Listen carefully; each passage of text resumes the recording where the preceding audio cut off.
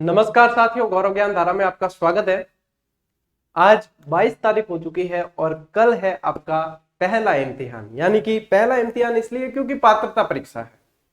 इससे पहले भी आप दे चुके हो तो आपके लिए कोई नई बात बिल्कुल नहीं है। हाँ, कुछ फ्रेशर्स होंगे, उनके लिए बिल्कुल नई बात होगी।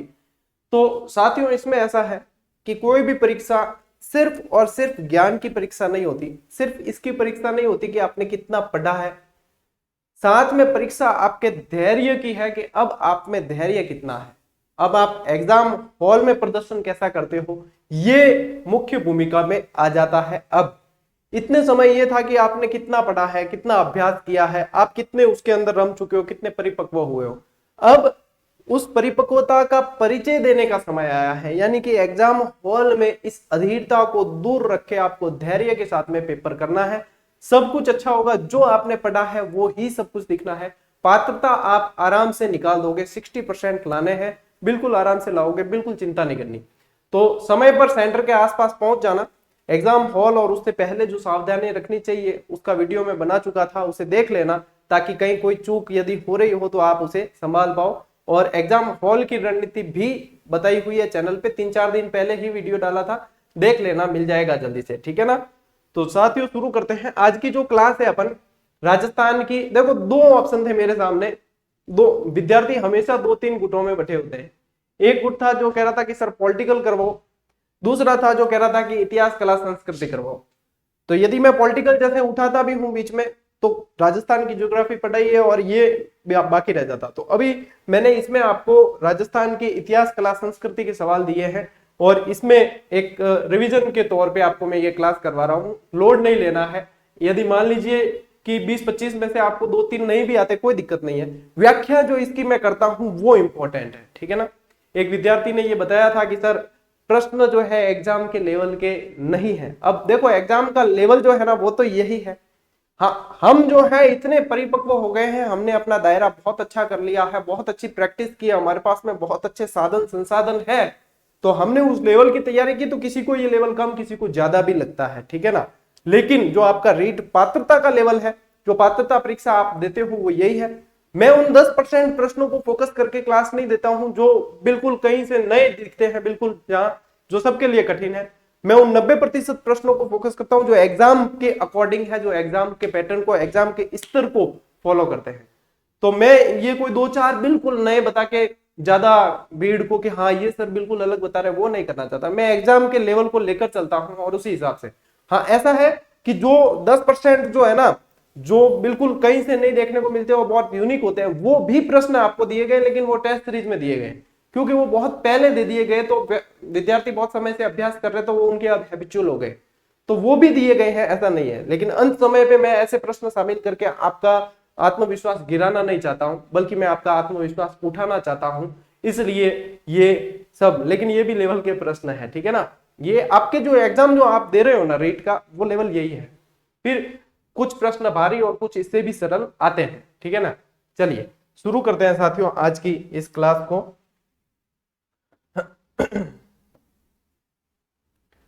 सबसे पहला प्रश्न है साथियों, राजस्थान के किस स्थल राजस्थान के किस स्थल से मृत बांडों को लाल धरातल पर काले रंगों की सुंदर ज्यामितिक डिजाइनों से सजाया गया है। शब्दों का खेल है, ठीक है।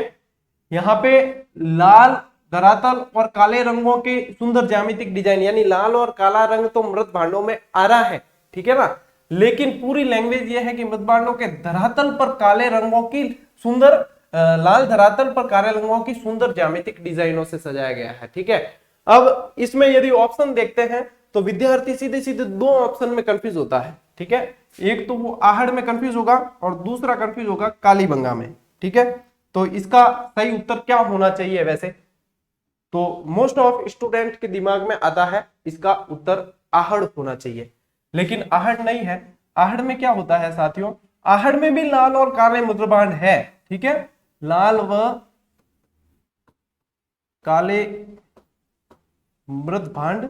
लेकिन ये कैसे हैं? उल्टी तपाई वाले, उल्टी तपाई वाले। और ये जो लैंग्वेज दे रखी है आपके, वो जो होती है उसका उत्तर है साथियों आपका कालीबंगा, ठीक है। कालीबंगा इसका उत्तर है। जो ज्यामितिक डिजाइन वाला ये जो दे रखा है इसका उत्तर है आपका कालीबंगा। ठीक है ना, मैंने दोनों को इसलिए यहाँ पे पहले बताया भी है ताकि विद्यार्थी कंफ्यूज नहीं हो कि उल्टी तपई वाले लाल काले मृतबाण पूछते हैं तब तो आपको आहड़ करना है और उसके अलावा आपको कालीबंगा करना है। ठीक है, अब कालीबंगा मोस्ट इंपॉर्टेंट है, कालीबंगा सभ्यता, क्योंकि कालीबंगा से बहुत सारे प्रश्न बनते हैं। तो कालीबंगा साथियों कहाँ है? अपने हनुमानगढ़ में। यदि देखा जाए नदी तो गग्गर नदी के किनारे है और प्राचीन सरस्वती भी इसको कहा जाता था, प्राचीन सरस्वती। 1952 में अमलानंद घोष ने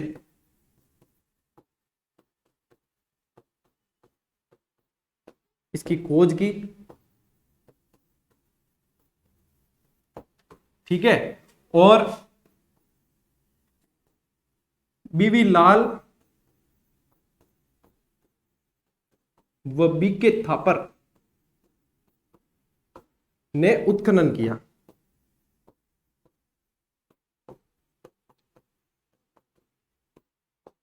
देखो कच्ची ईंटें, जो इसकी खास खास विशेषता है वो बता देता हूं कालीबंगा की, क्यों कालीबंगा बहुत इंपॉर्टेंट है। ठीक है ना, कच्ची ईंटें, लकड़ी की नालियां,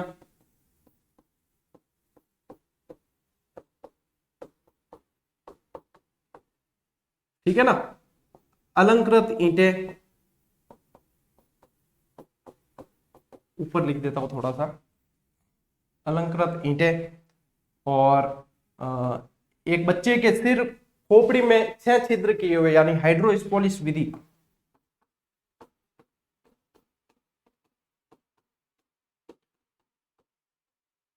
यानी ये कह सकते हो शल्य चिकित्सा, शल्य चिकित्सा के प्रमाण, और ऊंट की अस्थियां वगैरह। ठीक है, 7 अग्नि वेदिकाएं, ये बहुत सारी चीजें हैं जो कालीबंगा से तो मिली है। तो ये जो है ना सबसे इंपॉर्टेंट है कालीबंगा। ठीक है, यदि आहड़ की बात करें साथियों तो आहड़ कहां है? उदयपुर में। आहड़ कहां है? उदयपुर के अंदर है। ठीक है, इसकी खोज की गई 1953 के अंदर। ठीक है, इसे आघाटपुर, ताम्रवती नगरी, धूलकोट आदि नामों से भी जाना जाता है।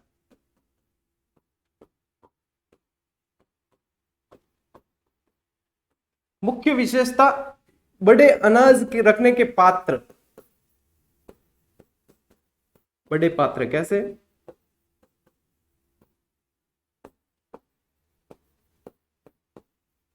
अनाज रखने के, जिन्हें गोरे या कोठे कहा गया, जिन्हें गोरे या कोठे कहा गया, ये आहड़ की मुख्य विशेषताएं हैं। ठीक है, ताम्रवती नगरी इसे कहा गया है। यदि साथियों गणेश्वर की विशेषता देखें, अपन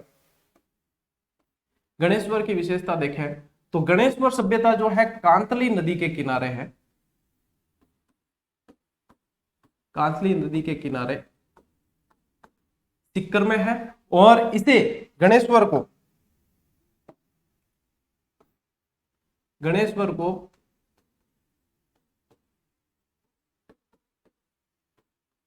ताम्रयुगीन सभ्यताओं की जननी कहा गया, जननी कहा गया है। ठीक है, पुरातत्व का पुष्कर भी कहा गया है। ये सारी चीजें, अब आप या मान लो कहीं ट्रैवल भी कर रहे हो या देख रहे हो तो आपकी काफी सारी चीजें इससे कवर हो जाएगी। चलिए, बोर्ड भी बढ़ चुका है, नेक्स्ट प्रश्न पे अपन चलते हैं। ठीक है, चौहान शासकों को वत्स गोत्रीय ब्राह्मण किस शिलालेख में कहा गया? ये मोस्ट इंपोर्टेंट प्रश्न है, काफी बार पूछा गया है और आने वाले समय में भी पूछा जा सकता है। ठीक है, क्या रणकपुर शिलालेख में, या बिजोलिया शिलालेख में, या आमेर शिलालेख में, या कुंभलगढ़ शिलालेख में? तो सबसे पहले तो मैं आपको इसका उत्तर बता देता हूं। इसका उत्तर है साथियों बिजोलिया शिलालेख में। बिजोलिया शिलालेख जो लिखा था वो गुणभद्र ने लिखा था। ठीक है ना, गुणभद्र इसके रचयिता है, लेकिन इसे जो अंकित करवाया लगवाया था वो जैन श्रावक लोलाक ने लगवाया था, ठीक है ना।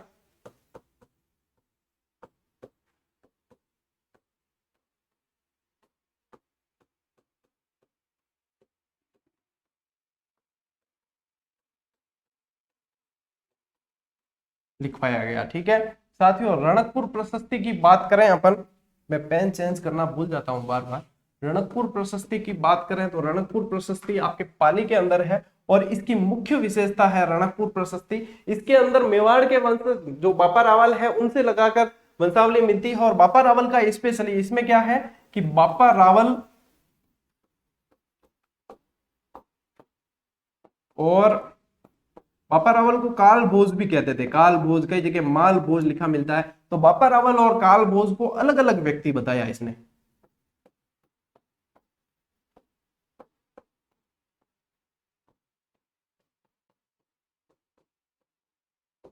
अलग अलग व्यक्ति बताया इसके अंदर, ठीक है। कुंभलगढ़ प्रशस्ति आपकी कहां है, राजसमंद के अंदर है, राजसमंद में मेवाड़ के शासकों की वंशावली इसके अंदर भी मिलती है। चलिए नेक्स्ट, राजपूतों की उत्पत्ति। अब देखो चौहानों की उत्पत्ति से की बात चली है तो ये राजपूतों की उत्पत्ति वाले बहुत साथियों सवाल बनते हैं और इसमें भी है ना आपके मिलान वाले सवाल ज्यादा बनते हैं या असुमेलित सुमेलित वाले सवाल ज्यादा बनते हैं। तो एक साथ ही मैं आपको ये कई बार बता चुका हूं लेकिन इसको वापस एक बार यहाँ पे रिवीजन की दृष्टि से अपन याद कर लेते हैं ताकि आपके आगे काम आ जाए ये, और मान लीजिए प्रश्न बनता है तो आपको बहुत सारी हेल्प मिल जाएगी। तो सबसे पहला जो आबू पर्वत या आबू पर्वत के वशिष्ठ के अग्निकुंड से, यानी गुरु वशिष्ठ ने एक अग्नि यज्ञ किया था और उससे 4 जातियों की उत्पत्ति हुई थी और इस मत को माना है कि उसमें राजपूत थे उनकी उस उत्पत्ति इस गुरु वशिष्ठ के यज्ञ से बताई, जिसमें 4 थे आपके चौहान, चालुक्य, प्रतिहार और परमार, ठीक है ना। इस तरीके से बताते हैं कि इनकी चारों की उत्पत्ति हुई थी। तो इसको मानने वाले एक तो चंद्रबरदाई है, ठीक है, चंद्रबरदाई के अलावा सूर्यमल मिश्रण, मुहणोत, नैणसी, जयानक, इन्होंने जयानक ने भी माना है। और इसके अलावा साथियों किराड़ू लेख जो है, किराड़ू लेख में भी इसका उल्लेख मिलता है, ठीक है। किराड़ू लेख में भी परमारकालीन है तो किराड़ू लेख के अंदर भी इसका उल्लेख देखने को मिलता है, तो ये भी ध्यान रखना आप, ठीक है। विदेशी जातियों से, अब देखो शक, कुषाण, हूण, विदेशी ब्राह्मण आदि इनसे उत्पत्ति हुई। अब ये कौन बताएगा, कोई देशी व्यक्ति है वो तो बताएगा नहीं कि विदेशियों से हुई, कोई विदेशी ही कहेगा कि विदेशियों से हुई है। तो देखो कर्नल टॉड को याद रखना, विदेशी था ना स्कॉटलैंड का, स्मिथ, क्रूक और डॉक्टर भंडारकर भी इनका साथ दे दिया। डॉक्टर भंडारकर ने भी कह दिया कि हाँ ये कह रहे हैं वो सही है। तो कर्नल टॉड, स्मिथ, क्रूक इन्होंने बताया शक, कुषाण, हूण आदि इनसे हुई है राजपूतों की उत्पत्ति। ये किसके अनुसार है, इनके अनुसार। सूर्यवंशी और चंद्रवंशी गौरी शंकर, हीराचंद ओझा और दशरथ शर्मा, याद कैसे रखोगे आ जाए तो देखो श्रावण महीना चल रहा है और महादेव जी की जो जटाओं में एक तो गंगा निकलती है जटाओं से, ठीक है, और उन्होंने चंद्र धारण कर रखा है। तो सूर्यवंशी और चंद्रवंशी, ठीक है ना, सूर्यवंशी और चंद्रवंशी, देखो गौरी शंकर, शंकर भगवान, ठीक है। तो चंद्रवंशी से आप यहां पे लिंक कर सकते हो। तो गौरी शंकर, हीराचंद ओझा ने बताया और शिव जी की पूजा कर रहे हैं शर्मा जी, कौन से, दशरथ शर्मा। तो इन दोनों ने बताया है क्या कि सूर्यवंशी और चंद्रवंशी थे, ठीक है। प्राचीन क्षत्रिय और या वैदिक आर्य बताया है सीवी वैद्य साहब ने, ठीक है। क्षत्रिय क्या करते थे, देखो क्षत्रिय को युद्ध होते थे ना, तो युद्ध क्षत्रिय वैसे सुरक्षा के लिए ही बताया जाता है। उसमें उत्पत्ति अग्निकुंड से भी यही बताया कि यज्ञ कर रहे थे और वहां पे जो है असुर, राक्षस वगैरह डिस्टर्ब करते थे, तो उनसे सुरक्षा के लिए ये चीज उन्होंने उत्पत्ति इनकी की। तो क्षत्रिय किस लिए, रक्षा करने के लिए, तो इसलिए युद्ध के लिए, तो युद्ध करेंगे, चोट लगेगी तो आवश्यकता किसकी पड़ेगी, वैद्य की। तो सीवी वैद्य ने प्राचीन क्षत्रिय वैदिक आर्य बताया। सामाजिक आर्थिक प्रक्रिया की उपज बताया है बीएल चट्टोपाध्याय ने। देखो सामाजिक बातें करनी है, समाज में बैठना है, तो वहां जाकर समाज में बैठना है तो समाज के बीच में बैठना पड़ेगा, तो चटाई वटाई बिछाकर और फिर बैठना है। तो चट्टोपाध्याय, चटाई से याद रखना चट्टोपाध्याय, ठीक है। सामाजिक आर्थिक प्रक्रिया की उपज किसने बताया, बीएल चट्टोपाध्याय ने। कुषाण, यूची, ठीक है, कुषाणों को यूची कहा गया और कुषाण के वंशज बताया है कनिंगम में। यहाँ पे कु और क को जोड़ना है, कुषाण कनिंगम, ठीक है, इन्होंने बताया है। विभिन्न जातियों का मिश्रण बताया है दशरथ शर्मा और विशुद्धानंद पाठक, VN पाठक जी ने बताया है विशुद्ध जातियों का वर्णन। ब्राह्मण वंशीय सीधा पूछ लेते, देखो ब्राह्मण कौन बताएगा, कोई ब्राह्मण है वो ब्राह्मण बताएगा, ठीक है। कि मैं जैसे मैं ब्राह्मण हूं मान लो, तो मैं कहूंगा कि हाँ ये भी ब्राह्मण वो भी ब्राह्मण। कोई कह रहा राजपूत भी जो हुए उनकी उत्पत्ति के ब्राह्मणों से भी उन्होंने भी। तो यहाँ पे देखो समझने के लिए है ना, समझने के लिए सिर्फ दशरथ शर्मा, गोपीनाथ शर्मा और VN पाठक इन्होंने ब्राह्मण वंशीय भी कहा। आदिम जाति से उत्पत्ति बताई VA स्मिथ ने। VA स्मिथ कहते हैं कि ये आदिम जाति से इनकी उत्पत्ति हुई है। तो राजपूतों की उत्पत्ति के ये इतिहासकारों में वैसे बहुत मतभेद है, लेकिन इन सब मतभेदों के बावजूद ये सारी चीजें जो निकल के सामने आती है एक सार, ठीक है ना, जो आपको ध्यान में रखना है, ठीक है। तो ये देखो बहुत इंपॉर्टेंट स्लाइड है ये, और ये आप ध्यान रखना। PDF दे दूंगा वैसे टेलीग्राम पे, देख लेना। चलिए नेक्स्ट प्रश्न है साथियों, बाप्पा रावल ने मेवाड़ की राजधानी किसे बनाया? बाप्पा रावल है ना अपने आप में एक मतलब बहुत गजब का व्यक्तित्व था बाप्पा रावल।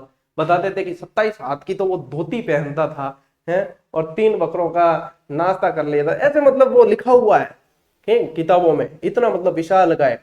इन्होंने बाप्पा रावल यानी कि मेवाड़ के आप कह सकते हो मेवाड़ के आदि पुरुष, वैसे शिलादित्य गुहादित्य उनसे शुरू होते हैं, लेकिन बाप्पा रावल ने जो है वहां से मेवाड़ वंश जो है कह सकते हो आपकी एक ठहराव आया उसके बाद में, ठीक है। बाप्पा रावल को काल भोज या माल भोज के नाम से भी जाना गया है, और CV वैद्य ने बाप्पा रावल की तुलना चार्ल्स मार्टल से की है।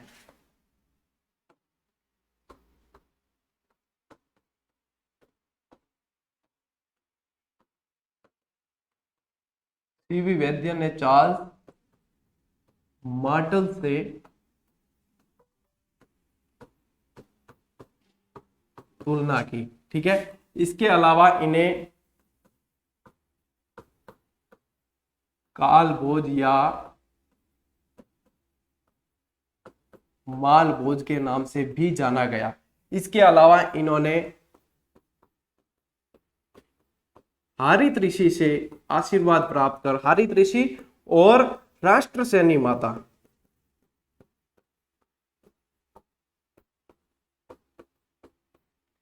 इन दोनों से आशीर्वाद प्राप्त कर मेवाड़ वंश की स्थापना की नींव रखी, ऐसा बताते हैं। और इन्होंने बाप्पा रावल ने जो साथियों राजधानी बनाई है वो बनाई है आपके नागदा को, ठीक है।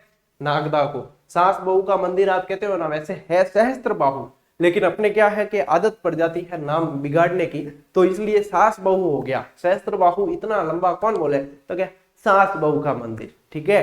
तो सास बहू का मंदिर भी आपके कहाँ है, यहाँ। यदि उदयपुर की साथियों राजधानियों की बात करें, उदयपुर की क्या मतलब मेवाड़ की राजधानियां कौन कौन सी रही उनकी बात करें, चलिए मेवाड़ की मैं आपको राजधानी बताता हूं, क्रमशः बता देता हूं।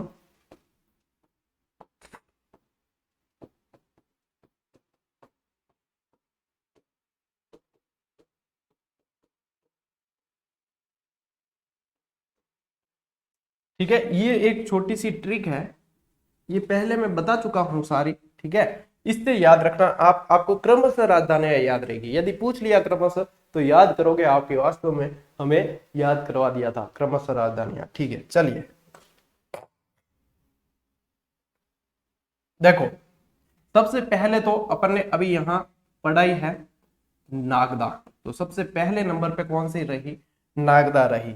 इसके बाद में साथियों राजधानी बनाई गई आहड़ को, ठीक है। नंबर 2, आहड़ को राजधानी बनाने वाला था अल्लट,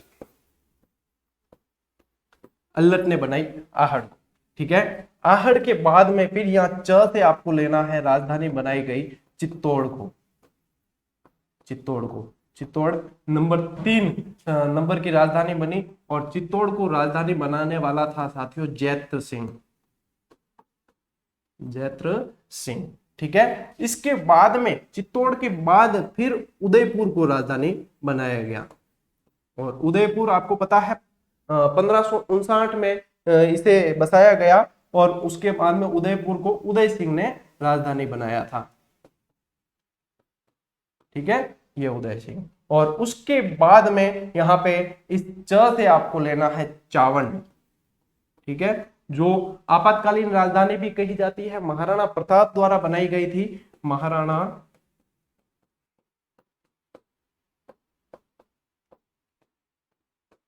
प्रताप द्वारा। ठीक है, लेकिन इन सबके इसके उदयपुर और चावंड के बीच में एक राजधानी और रही है जो अस्थायी आपातकालीन राजधानी रही है, जो मैंने पिछली 1-2 क्लास में बताई है शायद, आवरगढ़। ठीक है ना, आवरगढ़ कमलनाथ की पहाड़ी पर वो भी राजधानी रही है, तो वो भी ध्यान रखना। तो ये जो है आपके राजधानियों का क्रम रहा है। चलिए अगला प्रश्न है साथियों, योगेश्वर भट्ट, विष्णु भट्ट, ये संगीतज्ञ किस मेवाड़ के शासक की दरबार की शोभा बढ़ाते थे? ठीक है, योगेश्वर भट्ट और विष्णु भट्ट। तो ये दो जो है ना बहुत इंपॉर्टेंट है। इसके अलावा ये योगेश्वर भट्ट और विष्णु भट्ट के अलावा और भी थे, मन्ना, पन्ना, विशल। ठीक है ना, ये वास्तुकार थे, ये भी थे, मन्ना, पन्ना, विशल, योगेश्वर भट्ट, विष्णु भट्ट, ये सभी एक ही शासक के दरबार में थे। बताइए वो कौन सा शासक है? क्या वो राणा कुंभा है, क्या वो राणा सांगा है, क्या वो राणा लाखा है, क्या वो राणा मोकल है? साथियों इसका उत्तर है आपके राणा मोकल। ये राणा मोकल के दरबार में थे। यदि राणा लाखा की बात करें तो राणा लाखा के दरबार में भी 2 विद्वान हुआ करते थे, जिसका उल्लेख मिलता है, वो है साथियों आपके, देखो योगेश्वर भट्ट और विष्णु भट्ट तो यहां आ गए, और इसके अलावा आते हैं धनेश्वर भट्ट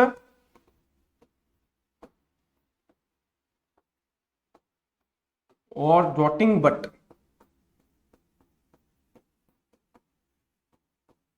धनेश्वर और जोटिंग, ये थे राणा लाखा के दरबार में। ठीक है, और राणा सांगा के बारे में तो आपको पता ही है, क्या बताएं, इन्होंने तो खानवा का युद्ध, ठीक है, खानवा का युद्ध और बयाना का युद्ध और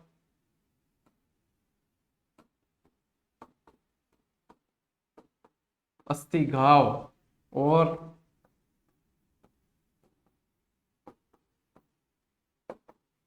सैनिकों का भग्नावशेष। ठीक है, 1509 में शासक बने और 1527 तक कार्यकाल इनका रहा था।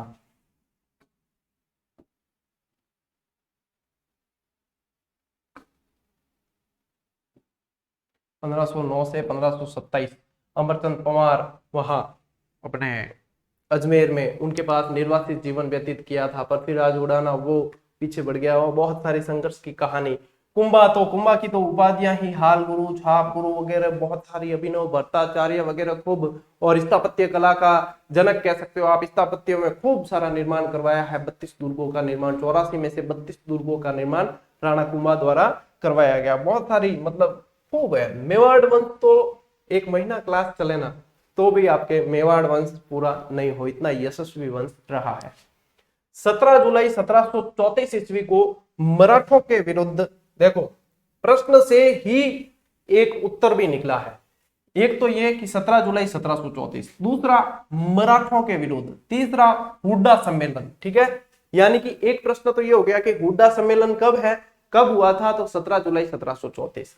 हुड्डा सम्मेलन का आयोजन क्यों करवाया गया था? मराठों के विरुद्ध एकता के लिए। ठीक है, मराठों का उस समय आक्रमण ज्यादा होता था, तो उनसे बचाव के लिए, उनके खिलाफ एकता के लिए इसका आयोजन करवाया गया था। अब तीसरा प्रश्न आता है निकल के कि इसकी अध्यक्षता किसने की? क्या इसकी अध्यक्षता जगत सिंह द्वितीय ने की? क्या इसकी अध्यक्षता भीम सिंह ने की, संग्राम सिंह द्वितीय या सज्जन सिंह? तो साथियों ये मेवाड़ के शासक जगत सिंह द्वितीय थे जिन्होंने इनकी अध्यक्षता की। लेकिन ये बुलाया किसने? हुड्डा सम्मेलन है ना, हुड्डा सम्मेलन जयपुर के सवाई जय सिंह ने बुलाया।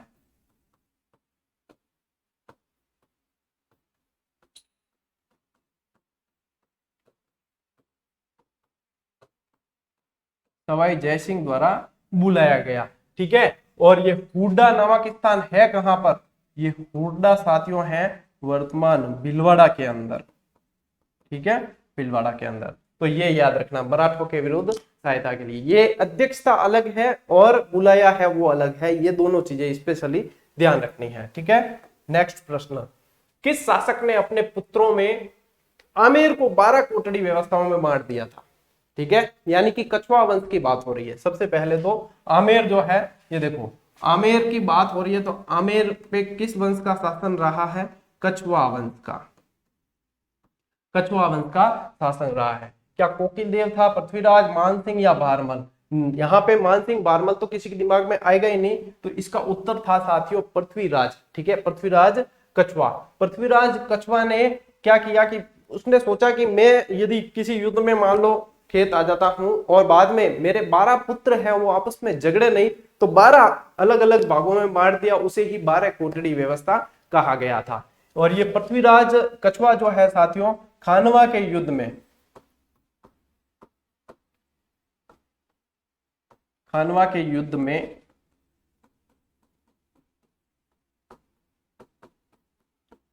राणा सांगा की ओर से लड़ा। ठीक है, ये पृथ्वीराज कछवाहा। ठीक है, पृथ्वीराज बहुत हुए हैं इतिहास के अंदर। पृथ्वीराज चौहान अलग है, पृथ्वीराज सिसोदिया अलग है, पृथ्वीराज कछवाहा अलग है। ठीक है, खूब पृथ्वीराज खूब हुए। पृथ्वीराज प्रथम, द्वितीय, तृतीय, वो भी सब अलग है सारे। वह अंतिम हिंदू नरेश जिसने जयपुर में अश्वमेध यज्ञ करवाया। अश्वमेध यज्ञ क्या होता है? एक घोड़े को पहले तैयार किया जाता है, फिर उसको स्वतंत्र विचरण के लिए छोड़ दिया जाता है और उसके पीछे मतलब उस राज्य की सेना भी होती है। ठीक है, तो वो घोड़ा जहां जहां तक विचरण करता है वो उस राज्य की सीमा निर्धारित होती है। यदि कोई उस घोड़े को रोकता है, यदि कोई ऐसी हिमाकत करता है, तो उसे उस सेना से युद्ध करना पड़ता है। ठीक है, और फिर बाद में जो है अश्वमेध यज्ञ के अंदर उस अश्व की बलि भी दी जाती है। ये अश्वमेध यज्ञ है। ठीक है, तो यहाँ पे जयपुर के किस शासक ने अश्वमेध यज्ञ किया था? क्या मिर्जा राजा जय सिंह, सवाई जय सिंह, राम सिंह द्वितीय या माधो सिंह द्वितीय? साथियों आपका उत्तर है सवाई जय सिंह। सवाई जय सिंह ने ये अश्वमेध यज्ञ किया था और सवाई जय सिंह द्वारा ही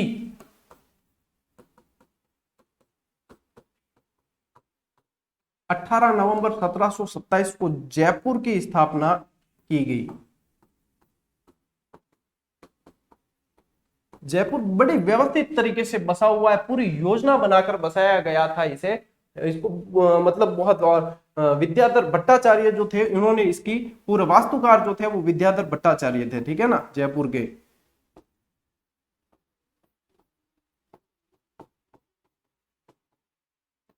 बंगाली थे ये।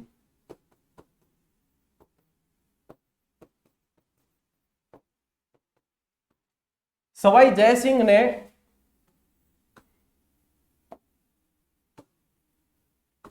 5 वेधशालाओं का निर्माण करवाया।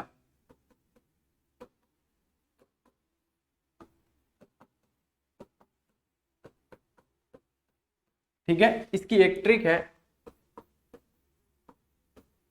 डीजे बम। ठीक, डीजे बम से आप याद रख सकते हो। तो देखो डीजे बम क्या है? दिल्ली,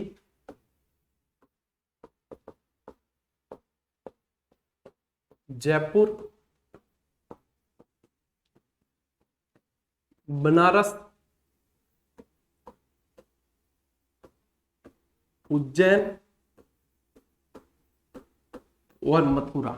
इन 5 जगह 5 वेधशालाएं यानी कि जंतर मंतर जिसे कहते हो ना आप, वो वेधशालाएं हैं, उनका निर्माण करवाया सवाई जय सिंह ने। इसमें से सबसे पहली यानी सबसे प्रथम जो वेधशाला थी वो दिल्ली वाली थी। दिल्ली वाली सबसे प्रथम 1724 के अंदर, और सबसे बड़ी जो थी वो जयपुर वाली थी। ये सबसे बड़ी।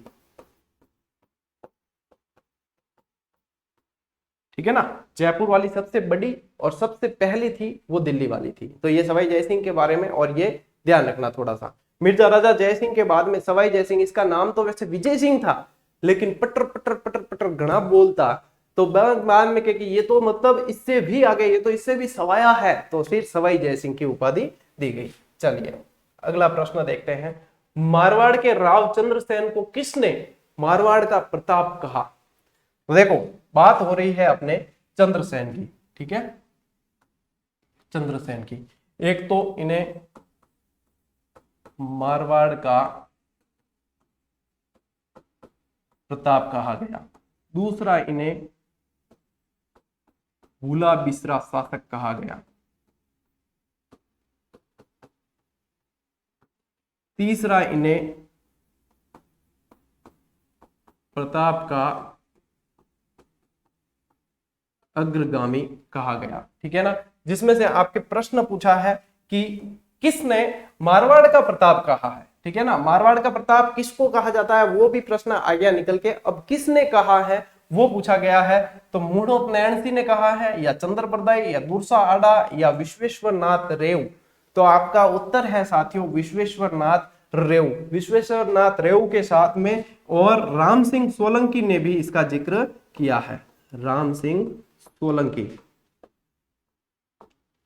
इन दोनों ने कहा है मारवाड़ का प्रताप। ठीक है, तो विश्वेश्वर नाथ रेव द्वारा, विश्वेश्वर नाथ रेव द्वारा मारवाड़ का प्रताप कहा गया है। और मूढ़ोत नैणसी को आपको पता है मारवाड़ का अबुल फजल,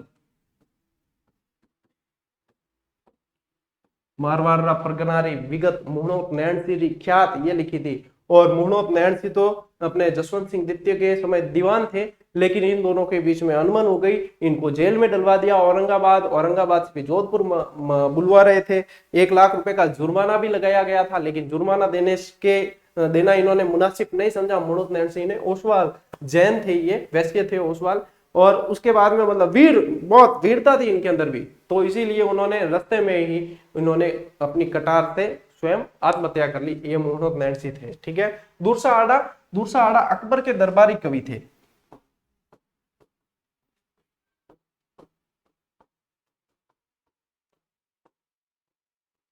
अकबर के दरबारी कवि थे, लेकिन महाराणा प्रताप का बखान करते थे। ठीक है ना, और वहां पे रहे भले ही हो, अकबर के दरबारी कवि भले ही हो, लेकिन बखान महाराणा प्रताप का करते थे, ये इनकी खासियत थी। और इन्होंने दुर्सा आडा ने पृथ्वीराज राठौड़ द्वारा जो वैली किशन रुक्मणी री, ठीक है ना, वैली किशन रुक्मणी री जो ग्रंथ है,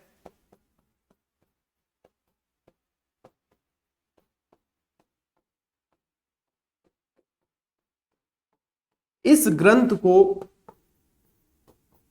19वां पुराण और 5वां वेद, पंचम वेद, ये दोनों जो कहे हैं वो आपके दुर्सा आडा ने कहे। ठीक है, तो ये थोड़ा सा ध्यान रखना इसमें। चलिए नेक्स्ट प्रश्न, मूढ़ोत नैणसी ने गुर्जर प्रतिहारों की कितनी शाखाओं का उल्लेख किया है? मूढ़ोत नैणसी ने गुर्जर प्रतिहारों की क्या 24, 26, 36, 52। साथियों आपका उत्तर है 26 शाखाओं का उल्लेख किया। ये बार बार पूछा जाता है प्रश्न, ध्यान रखना। ठीक है, गुर्जर प्रतिहार जो थे,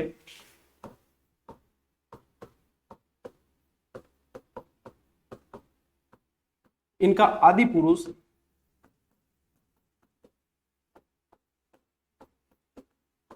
हरिश्चंद्र। ठीक है, लेकिन वास्तविक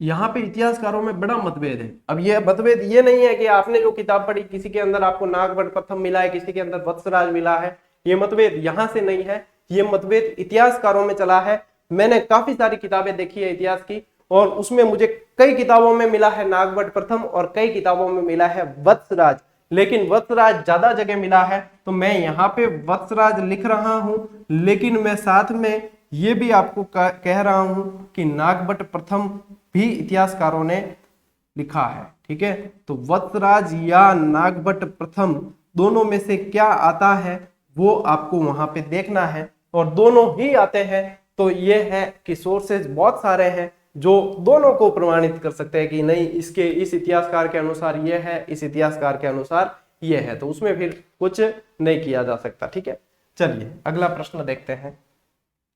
ठाकुर कुशाल सिंह द्वारा 1860 में नीमच में आत्मसमर्पण किया गया। इनकी मृत्यु कहां होती है? साथियों प्रश्न देखो, प्रश्न के अंदर एक उत्तर तो वही छुपा हुआ है प्रश्न के अंदर ही। ठीक है, एक तो ये है कि ठाकुर कुशाल सिंह कहां के ठाकुर थे? औवा के, औवा पाली। ठीक है, औवा के ठाकुर थे, इन्होंने 1860 में आत्मसमर्पण किया। एक प्रश्न तो ये है। ठीक है, दूसरा कि आत्मसमर्पण कहां किया? नीमच में किया है इन्होंने आत्मसमर्पण। ठीक है, दूसरा प्रश्न ये निकल गया। ठीक, आत्मसमर्पण किया। इनकी फिर बाद में जांच के लिए, ठाकुर कुशाल सिंह की जांच के लिए, ये तो पता है ना कि 1857 की क्रांति की बात हो रही है। ठीक है, तो ठाकुर कुशाल सिंह की जांच के लिए टेलर आयोग का गठन किया गया? पूछते हैं कई बार। टेलर आयोग का गठन किया गया। ठीक है, ठाकुर खुशहाल सिंह के मुख्य दो युद्ध है, युद्ध यदि देखो तो दो मुख्य युद्ध है जो 1857 की क्रांति के समय, यूं समझ लो कि क्रांतिकारियों का नेतृत्व आपने किया था, और इस समय इनके दो युद्ध बहुत प्रसिद्ध रहे हैं। एक तो बिथोड़ा का युद्ध,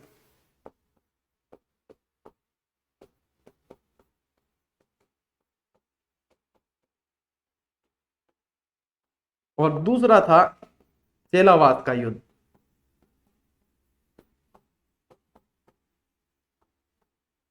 ठीक है, बिथोड़ा का युद्ध जो था साथियों वो 8 सितंबर 1857, और ये जो था 18 सितंबर, ठीक 10 दिन बाद, 18 सितंबर 1857। इसके अंदर मैक मोशन मारा गया।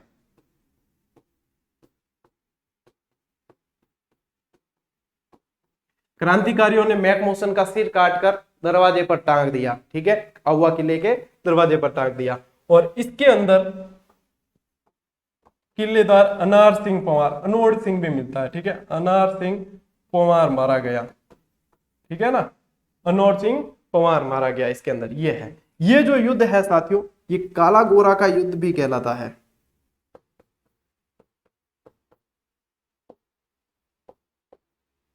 काला गोरा का युद्ध भी कहलाता है। ठीक है, काला खुशहाल सिंह के बारे में कहा गया और गोरे अंग्रेज उनके बारे में कहा गया था। ठीक है, तो ये भी ध्यान रखना। इनकी कुल देवी थी आउवा के ठाकुर खुशहाल सिंह की कुल देवी, जिसे 1857 के क्रांतिकारियों की देवी भी कहा गया। इनकी कुल देवी आउवा माता, सुगाली माता, आउवा के अंदर सुगाली माता। क्या विशेषता थी सुगाली माता की? 10 सिर 54 हाथ वाली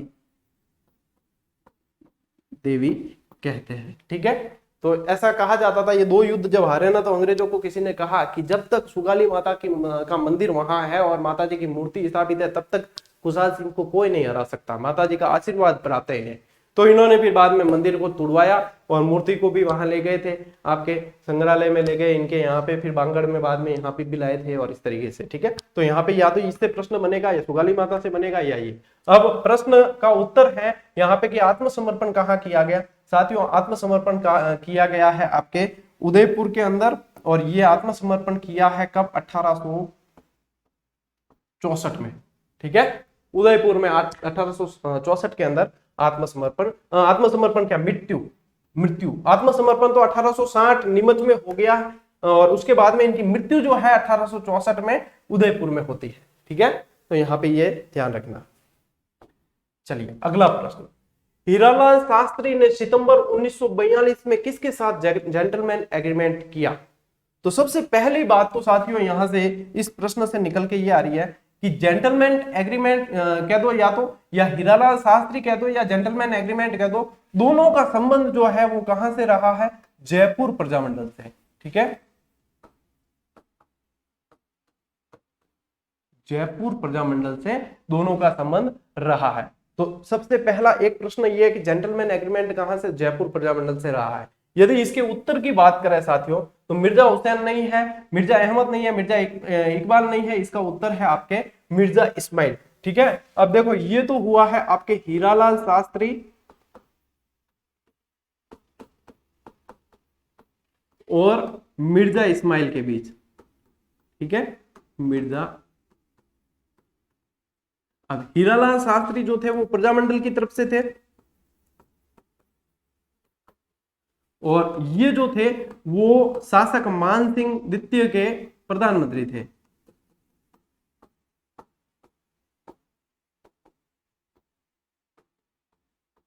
ठीक है ना, अब यानी कि हीरालाल शास्त्री की यहाँ पे कैसी नीति थी? इनसे जेंटलमैन एग्रीमेंट का मतलब था समझौतावादी नीति। ठीक है, कि समझौता कर लेते हैं, लेकिन यहाँ पे एक बाबा हरिश्चंद्र हुए जो इस समझौतावादी नीति के विरुद्ध थे। इनका कहना था कि हमें भारत छोड़ो आंदोलन में भाग लेना है, और हीरालाल शास्त्री ने वहां पे समझौता करने का मतलब था कि हम भाग नहीं ले रहे हैं। ठीक है, तो यहाँ पे फिर बाद में क्या हुआ कि बाबा हरिश्चंद्र के नेतृत्व में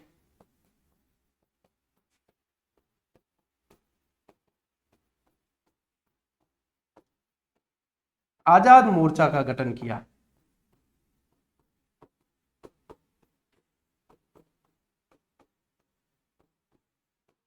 फिर बाद में विलय भी हो जाता है समझौता करके बाद में, लेकिन ये यहाँ ध्यान रखना कि आजाद मोर्चा पूछ ले तो बाबा हरिश्चंद्र और ये जयपुर से संबंधित है, ठीक है।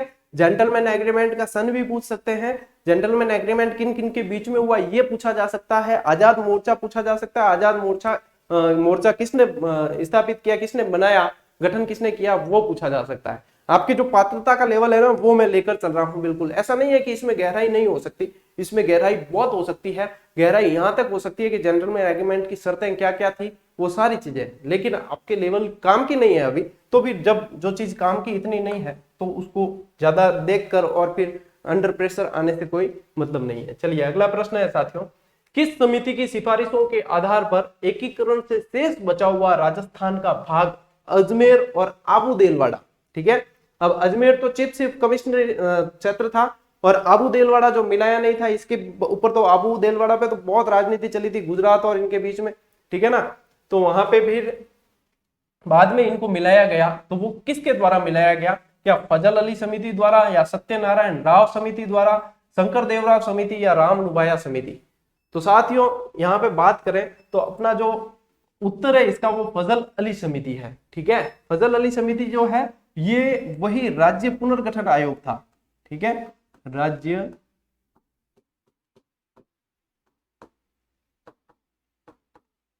पुनर्गठन आयोग, और ये राज्य पुनर्गठन आयोग को ही फजल अहमद समिति कहा गया है, ठीक है ना। और इसकी समिति इसकी सिफारिश के आधार पर इसे मिलाया गया था, ठीक है। तो ये ध्यान रखना, ये राम लुबाया समिति जो है ये राजस्थान के नए जिलों के गठन से संबंधित समिति है, और शंकर देव राय समिति और सत्यनारायण राव समिति इनके बारे में भी आपको ध्यान रखना है साथियों। सत्यनारायण राव समिति जो है इसके द्वारा जयपुर को राजधानी बनाना, जयपुर को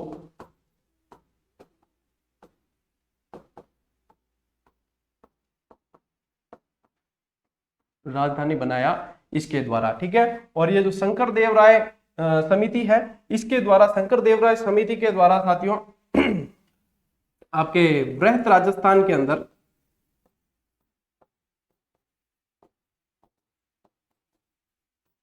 बृहत राजस्थान में मत्स्य संघ का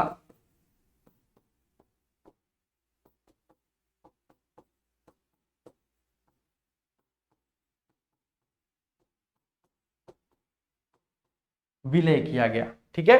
तो ये चीजें आप थोड़ी सी ध्यान रख लेना। चलिए अगला प्रश्न है, यश वैभव की चाह नहीं परवाह नहीं, जीवन न रहे यदि इच्छा है तो यह है कि जग में स्वेच्छाचार का दमन न हो, ठीक है। यह किसका आदर्श वाक्य था, क्या यह नवीन राजस्थान का था या राजस्थान केसरी या नवजीवन या तरुण राजस्थान, ये किसका आदर्श वाक्य था, ये प्रश्न है, ठीक है साथियों।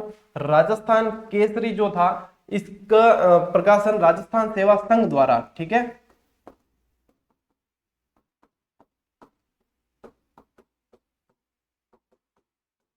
पहले वर्धा से बाद में अजमेर से किया गया, और इसके जो संपादक थे वो आपके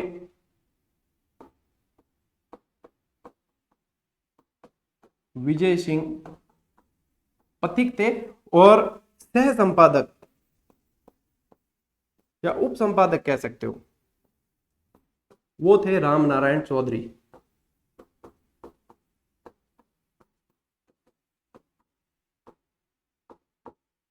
ठीक है। ये तो है राजस्थान सेवा संघ की बात। यदि अपने राजस्थान केसरी की बात हो गई, ठीक है। यदि बात करते हैं अपन नवीन राजस्थान की, तो नवीन राजस्थान के जो संस्थापक थे साथियों वो थे राम नारायण चौधरी।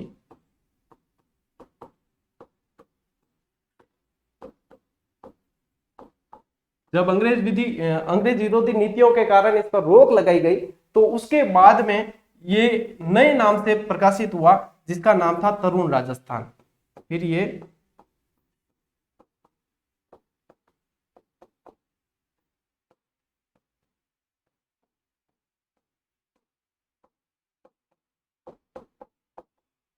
तरुण राजस्थान नाम से प्रकाशित हुआ था। ठीक है, चलिए इतना याद रख लेना। और अच्छा, आपको ये तो बताना रह गया कि ये पंक्ति किसकी थी, तो ये पंक्ति थी साथियों राजस्थान केसरी की। ठीक है, चलिए अगला प्रश्न देखते हैं। पंच पाणे संबंधित है किससे? देखो, क्या शेखावाटी की जातीय पंचायत है, या शेखावाटी के आभूषणों के नाम, या शेखावाटी की 5 जागीरें, या शेखावाटी क्षेत्र के किसानों के औजार? पंच पाने क्या है ये भी पूछ सकते हैं, या पंच पाने में क्या सम्मिलित नहीं है ये भी पूछा जा सकता है। तो सबसे पहले साथियों उत्तर बताते हैं आपको, शेखावाटी की 5 जागीरें इसका उत्तर है कि पंच पाने जो थी शेखावाटी की 5 जागीरें थी। इसकी एक ट्रिक है, याद रखनी हो तो आपको,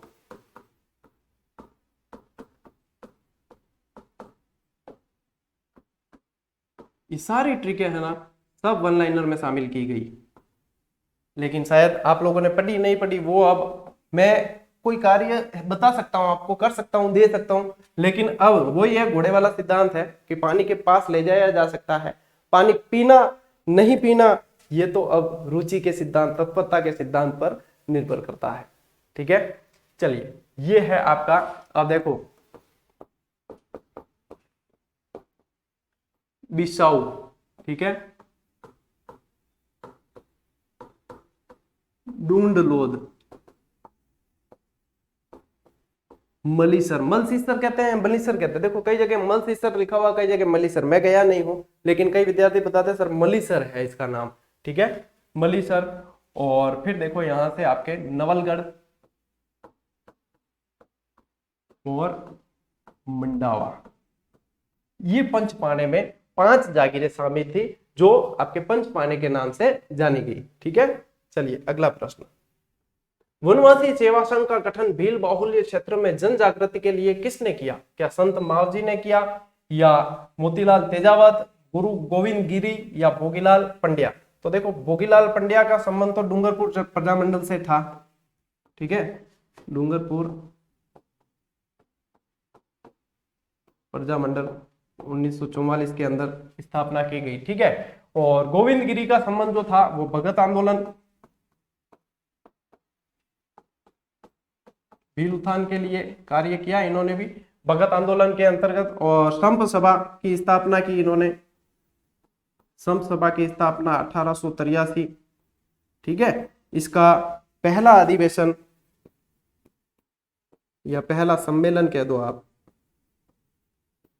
पहला सम्मेलन 1903। और जो मानगढ़ हत्याकांड था,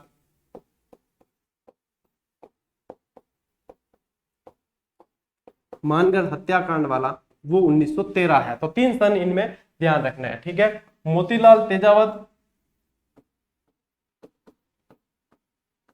भीलों के बावजी और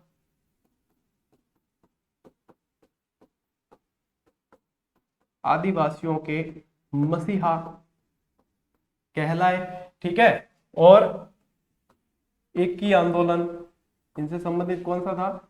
एक की आंदोलन और मेवाड़ की पुकार, जो 21 सूत्री मांग पत्र था।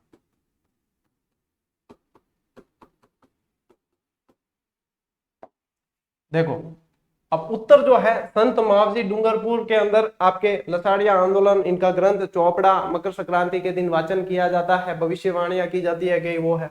ठीक है, इसका उत्तर है साथियों आपके मोतीलाल तेजावत। और ये वनवासी सेवा संघ जो है इसका गठन किया गया 1936 के अंदर। ठीक है, चलिए अगला प्रश्न देखते हैं। निम्न में से वह कृष्ण भक्त महिला जिसने जीवन पर्यंत आंखों पर पट्टी बांधे रखी ताकि वह संसार के भौतिक सुख सुविधाओं को न देख सके, इस कारण इन्हें राजस्थान की गांधारी कहा गया। और गांधारी आंखों पर पट्टी बांधी हुई थी, ये भी राजस्थान की गांधी जीवन पर्यंत आंखों पे पट्टी बांध के रखी। क्या मीराबाई ने बांधी थी? नहीं। सहजोबाई? नहीं। डालीबाई? नहीं। समानबाई? यस। तो समानबाई जो थी वो थी ये व्यक्तित्व। और सहजोबाई और आपके ये तो सहजोबाई जो थी ना, चरणदास जी की शिष्या थी, दयाबाई और सहजोबाई।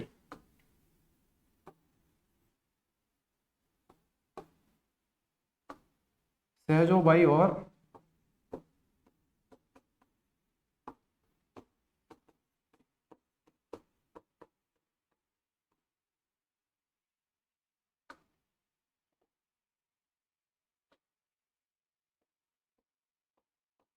चरणदास जी की शिष्या, ठीक है, चरणदासी संप्रदाय वाले। अब मीराबाई, आप सभी को पता है, कुड़ की पाली में जन्म,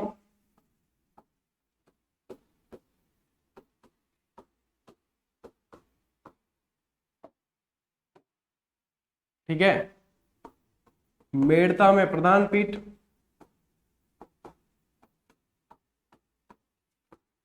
दासी संप्रदाय,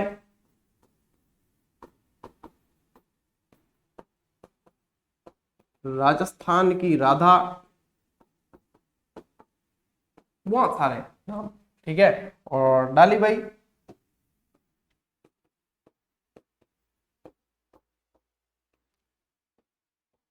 रामदेव जी की धर्म बहन, ठीक है, ये चीजें ध्यान रखना। चलिए अगला प्रश्न देखते हैं। राजस्थान के किस दुर्ग को मानसून महल के नाम से जाना जाता है? यह प्रश्न हाल ही में वीडियो एग्जाम के अंदर बना था, ठीक है। ये वो प्रश्न होते हैं जो सामान्य तौर पर कहीं देखने को नहीं मिलते हैं जब तक एग्जाम में नहीं आए। एग्जाम में आने के बाद में ये प्रश्न फिर सामान्य रूप से देखने को मिलने लग जाते हैं, ठीक है। तो ये जो है साथियों, आपके चित्तौड़गढ़ के बारे में कभी नहीं पढ़ा, रणथंभौर के बारे में नहीं पढ़ा, कुंभलगढ़ के बारे में नहीं पढ़ा, लेकिन इसका उत्तर जो है वो सज्जनगढ़ है, ठीक है। सज्जनगढ़ को उदयपुर का मुकुटमणि भी कहा जाता है। ये पासंद्रा पहाड़ी पर है।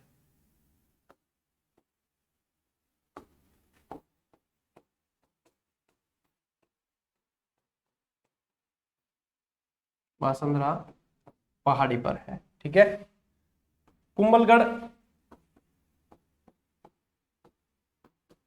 राजसमंद के अंदर है, ठीक है। वैसे तो बताते हैं कि इसका निर्माण संप्रति ने करवाया है, ठीक है। और कुंभलगढ़ के बारे में जो मुख्य बात जो कही जाती है साथियों, वो ये है कि इसकी ऊंचाई बहुत ज्यादा है, इसकी दीवार बहुत चौड़ी है, ठीक है ना। 4 घोड़े एक साथ, घुड़सवार जो है एक साथ चल सकते हैं। 36 किलोमीटर चौड़ी है, यानी कि चाइना की दीवार के बाद में एशिया की सबसे लंबी जो दीवार है वो इसी की है, ठीक है। एस्ट्रकल दुर्ग भी कहा जाता है। यहाँ पे महाराणा प्रताप का जन्म हुआ है। बहुत सारी चीजें मैं बोलकर बता रहा हूँ आपको, ठीक है, क्योंकि मैं लिखने में थोड़ा सा आलस करता हूँ, ठीक है। चित्तौड़गढ़, गढ़ तो चित्तौड़गढ़, बाकी सब गढ़ैया अपने आप में। चंबल और बामनी इसके पास में बहती है, ठीक है, किनारे नहीं है लेकिन पास में बहती है चंबल बामनी।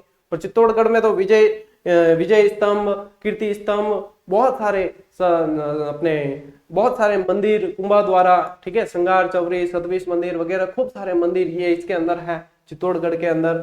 और चित्तौड़गढ़ का छोटा भाई कहा जाता है रणथंभौर को, जोरा बोरा। और इसके अंदर भी बहुत सारी चीजें हैं, त्रिनेत्र गणेश मंदिर, सवाई माधोपुर, ये सारी चीजें जो दुर्गों से संबंधित है, ठीक है। चलिए, किसने टोंक में नृत्य, गायन और संगीत के लिए एक शानदार हॉल पुनेरी कोठी का निर्माण करवाया? नवाब वाजिद अली शाह, नवाब अमीर खान, नवाब बिरजिस कादिर, नवाब मोहम्मद इब्राहिम अली खान। अब ज्यादातर टोंक का नाम आते थे, मुस्लिम रियासत थी, ठीक है, यहाँ की राजस्थान की मुस्लिम रियासत थी। ज्यादातर टोंक का नाम आते ही अमीर खान दिमाग में आता है, लेकिन अमीर खान नहीं है। इसका उत्तर है साथियों नवाब मोहम्मद इब्राहिम अली खान, ठीक है। यहाँ पे देखो, सुनेरी कोठी के अलावा टोंक में एक मुबारक महल भी है, मुबारक महल है। यहाँ पे है ना ऊंट की बलि दी जाती थी,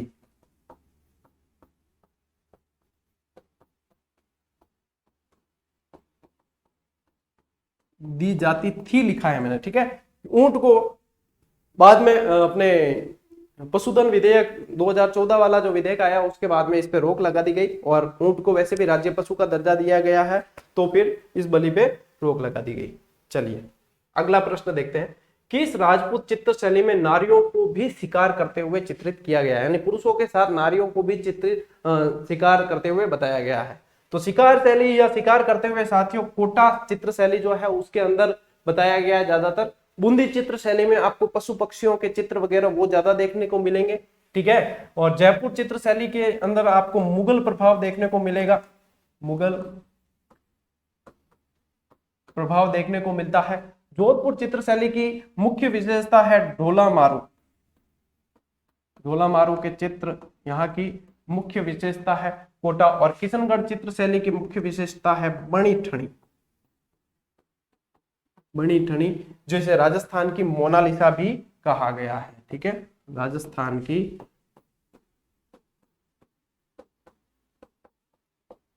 मोनालिसा। ठीक, चलिए नेक्स्ट प्रश्न, राजस्थान के किस संत द्वारा सत्यभामाजी रूषण की रचना की गई? राजस्थान के किस संत द्वारा सत्यभामाजी रूषण की रचना की गई? बहुत अच्छा प्रश्न। आप कहते हो ना कि सर प्रश्न लेवल के नहीं, जब लेवल के आएंगे तो आएगा नहीं। ठीक है, तो सत्यभामाजी रूषण जो है वो रचना साथियों की गई है मीराबाई के द्वारा। ठीक है, संत दादू दयाल की रचना नहीं है, दादू दयाल रिवाणी और वो है इनकी रचना। आपने संत जाम्बोजी की भी नहीं है, जाम्बोजी ने विष्णुई संप्रदाय, ठीक है ना, 20+9 विष्णुई संप्रदाय दिया। संत जसनाथी संप्रदाय जो अग्नि नृत्य वगैरह करते हैं। चलिए आइए, संत संप्रदाय बहुत इंपॉर्टेंट है, इसलिए मैं आपको अगली स्लाइड में पूरा का पूरा सारणीबद्ध तरीके से संत संप्रदाय जो अपनी वन लाइनर की सारणी है उसी को शामिल किया है। और जब मैं पीडीएफ शेयर करूंगा टेलीग्राम पे, ये आपको बिल्कुल क्लियर एकदम मिल जाएगी। आप इसका रिवाइज यानी रिवीजन जरूर इसको कर लेना। ये बिल्कुल सारगर्भित जो पूछा जाता है आपके एग्जाम के लेवल पे वो सब कुछ इसके अंदर है। ठीक है, सबसे पहले स्टार्ट करते हैं 1 नंबर से अपन। देखो, परनामी संप्रदाय, ठीक है, पन्ना एमपी में इनकी प्रधान पीठ है। ठीक है, संस्थापक इनके थे प्राणनाथ जी, जिनका उपनाम महराज जी भी था। साथ साथ में आपके पूरा रिवाइज हो जाएगा। ठीक है, उपनाम महराज जी। जामनगर गुजरात के अंदर इनका जन्म हुआ और पन्ना एमपी में प्रधान पीठ। देखो, एक तो प्रधान पीठ है याद रखनी, एक गुरु के नाम और एक इनकी रचनाएं स्पेशली याद रखनी है। 3 चीजें तो बिल्कुल याद होनी चाहिए। पन्ना एमपी में प्रधान पीठ थे और गुरु निजानंद जी थे। इनकी ग्रंथ जो थे कुजलम स्वरूप और तारतम सागर। ठीक है, विशेष विवरण क्या है कि बुंदेलखंड के राजा छत्रसाल इनके परम भक्त थे। ठीक, अब इसमें से याद रखने लायक चीजें क्या है? संस्थापक प्राणनाथ जी, प्रधान पीठ आपके पन्ना एमपी, गुरु इनके निजानंद और रचनाएं कुजलम स्वरूप और तारतम सागर। ठीक है, दूसरा लालदास जी। ठीक है, लालदासी संप्रदाय, संस्थापक लालदास जी। जन्म इनका हुआ साथियों धौलीधूप अजमेर के अलवर के अंदर। प्रधान पीठ इनकी नगला भरतपुर। गुरु इनके गदन चिश्ती और इस संप्रदाय के साधु स्वयं कमाकर खाते थे। तो एक तो आपको अलवर धौलीधूप याद रखना है, एक नगला भरतपुर और गदन चिश्ती याद रखना है। ठीक है, नंबर 3 लेते हैं अपन, निरंजनी संप्रदाय। निरंजनी संप्रदाय के संस्थापक जो थे वो हरिदास जी थे। ठीक है, कापड़ोद नागौर के अंदर जन्म होता है। गाडा डीडवाना, डीडवाना भी नागौर के अंदर ही है। ठीक है, तो गाडा डीडवाना आपकी इनकी प्रधान पीठ है। मंत्र राज प्रकाश, हरिपुरुष की वाणी इनके ग्रंथ रहे हैं और इन्हें कलयुग का वाल्मीकि कहा जाता है। क्यों कहा जाता है? क्योंकि वाल्मीकि की भांति, देखो रत्नाकर नाम का डाकू वाल्मीकि बने थे और ये वाल्मीकि की भांति ही ये भी पहले डाकू थे और उसके बाद में ये संत बने। तो ये इसलिए इनको कलयुग का वाल्मीकि कहा जाता है। बिश्नोई संप्रदाय 20+9 जाम्बोजी द्वारा। जाम्बोजी का मूल नाम धनराज, पीपासर नागौर के अंदर जन्म होता है और प्रधान पीठ इनकी मुकाम तालवा बीकानेर। गोरखनाथ जी इनके गुरु थे। जंब सागर, जंबवाणी, विष्णुई धर्म प्रकाश आदि इनकी रचनाएं हैं। गहला गूंगा कहा जाता था इनको, पर्यावरण वैज्ञानिक कहते हैं। पाहल एक ऐसा पानी होता है जिसको पिलाकर इस संप्रदाय में दीक्षित किया जाता है। सांतरी इनके जो पूजा स्थल होते हैं अलग अलग जगह, वो सांतरी कहलाते हैं। ठीक है, दादू पंथ या निपंक संप्रदाय। ठीक है, दादू जी द्वारा दिया गया। अहमदाबाद 1544 में ये नदी में तैरते हुए मिले थे ये। ठीक है, नारायणा जयपुर में इनकी प्रधान पीठ है। वृद्धानंद जी या बुड्ढो जी इनके गुरु है। दादू दयाल री वाणी जो सदुकड़ी भाषा में लिखा हुआ इनका ग्रंथ है। पंचतीर्थ इनके मैंने बताए थे 2 दिन पहले आपको, नरा आशा भरो कल्याण ऐसे करके ट्रिक्स है। 152 जो इनके शिष्य थे उसमें से 52 स्तंभ कहलाए। अकबर से भेंट की थी इन्होंने फतेहपुर सीकरी में। इनके जो सत्संग स्थल है वो अलग दरीबा कहलाते हैं।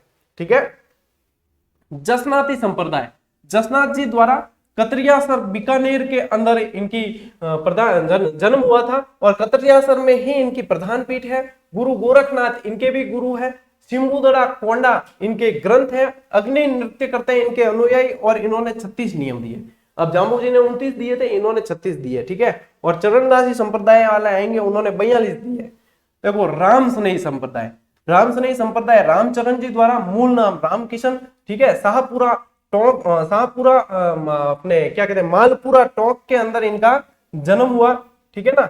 मालपुरा टोंक में इनका जन्म हुआ। शाहपुरा में इनकी प्रधान पीठ, गुरु इनकी कृपाराम जी, और अर्णव वाणी या अणमे वाणी इनका ग्रंथ था।